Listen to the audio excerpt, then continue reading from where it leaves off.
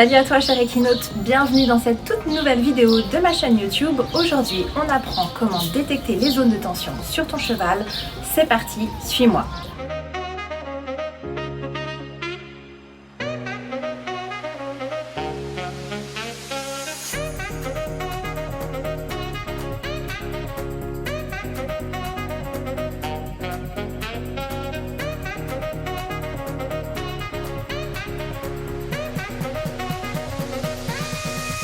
Première zone de tension, on commence par le dos.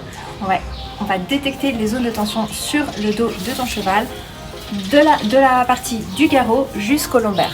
Ce que j'aime bien faire, c'est déjà passer ma main de façon plate, homogène, tout le long de la colonne.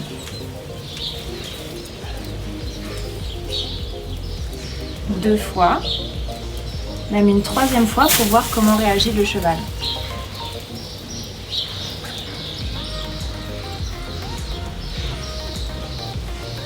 Alors ce qui est important de voir, c'est son environnement. S'il y a des mouches, s'il est dans un environnement calme, il faut tout prendre en considération. C'est pas parce que vous allez passer une seule fois la main que finalement ça va être les mêmes tensions. C'est important de ne pas appuyer sur la colonne, hein. Je rappelle vraiment toutes les zones de tension, elles sont souvent musculaires. Tout ce qui est ossature structurelle, demandez toujours l'avis à votre vétérinaire et à l'ostéopathe. Donc c'est toujours mieux de pouvoir passer aussi sa main au niveau musculaire et de savoir s'il y a des tensions plus ou moins fortes. Ça c'est la première méthode. La deuxième méthode que j'aime bien utiliser, et tu le verras surtout sur ton cheval si tu le connais très bien. Le but c'est de varier la pression, donc on va varier la pression et moi j'aime bien utiliser la zone du pouce parce que finalement c'est la zone qui est la plus musclée en fait sur notre main. Donc le but c'est aussi de comprendre en fait, savoir quelle pression on peut mettre et puis plus tu vas appuyer, plus tu vas comprendre, si tu vas voir s'il y a des zones de tension. Si j'appuie un petit peu plus, on va voir que là ça va commencer à se contracter et là on détecte les zones de tension. Voilà, là ça se contracte un petit peu plus parce que j'ai appuyé et là d'amour réagit à ce niveau là. Ce qui est important, s'il y a une tension qui est levée comme ça, tout de suite retire ta main. On va pas faire mal au cheval, le but c'est simplement de détecter les zones de tension et après de les comprendre. Parce que chaque côte est reliée à un organe, est reliée à un nerf. Effectivement, chaque vertèbre est reliée à une côte. Donc ça va être très important de savoir comprendre l'anatomie et je te mettrai dans les commentaires une fiche anatomique que j'ai fait exprès pour toi pour que tu puisses comprendre ce qu'il en ressort de chaque vertèbre pour chaque côte qui est reliée à un organe. Voilà la première partie que tu peux faire déjà sur le dos de ton cheval. Fais attention si tu as une jument qui est ovarienne ou qui a des problèmes ovariens, il faut vraiment faire attention parce que cette zone ici est extrêmement sensible, surtout quand il y a les chaleurs, avant les chaleurs et aussi durant la pleine lune. C'est quelque chose qu'on ne pense pas tout le temps, mais durant la pleine lune, on a vraiment ces chaleurs qui ressortent d'autant plus et ces douleurs qui vont avec. Donc ce que je conseille, c'est toujours de manipuler les juments qui sont sensibles avec beaucoup de douceur et surtout éviter cette zone-là si c'est sensible. Je ferai dans un autre tuto, tu apprendras justement comment éliminer ces douleurs ovariennes pour ta jument, comment libérer de ces douleurs et surtout apaiser en temps de chaleur. La deuxième méthode maintenant que je vais t'apprendre, ça va être de passer ses deux mains, en joignant ses deux mains comme ça, et puis on a un peu plus d'appui dans ce sens-là. Et toujours dans le sens du poil, on part du garrot et on va très lentement pouvoir détecter les zones de tension. Là, j'essaye d'appuyer un petit peu plus pour voir comment réagit le dos du cheval. Et puis s'il creuse un tout petit peu le dos, c'est que là, il va y avoir une tension qui va être un petit peu plus palpable.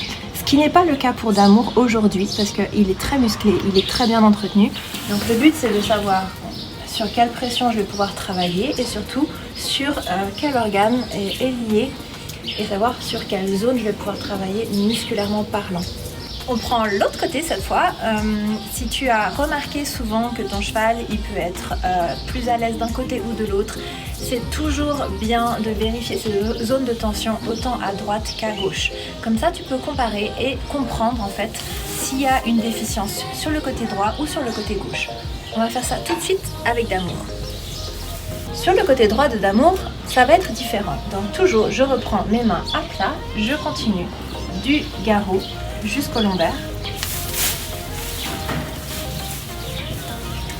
Et je continue jusqu'à cette partie-là. Je refais.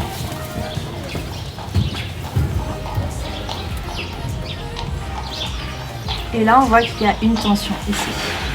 Si j'appuie un tout petit peu plus, je comprends que la tension, elle est aussi là.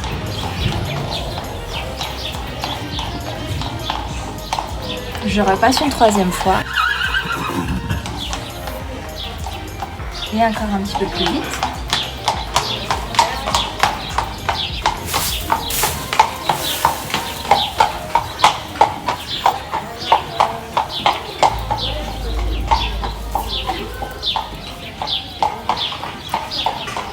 Ce que tu remarqueras certainement, c'est que ton cheval peut être symétrique ou asymétrique.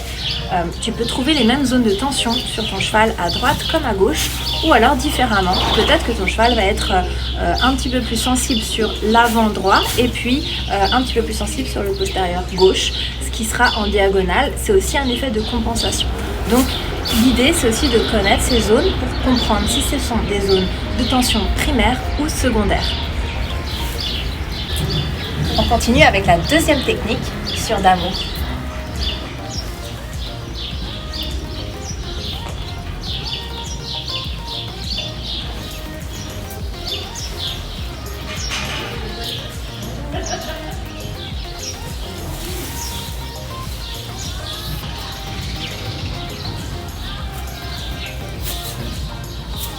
On va bientôt dormir.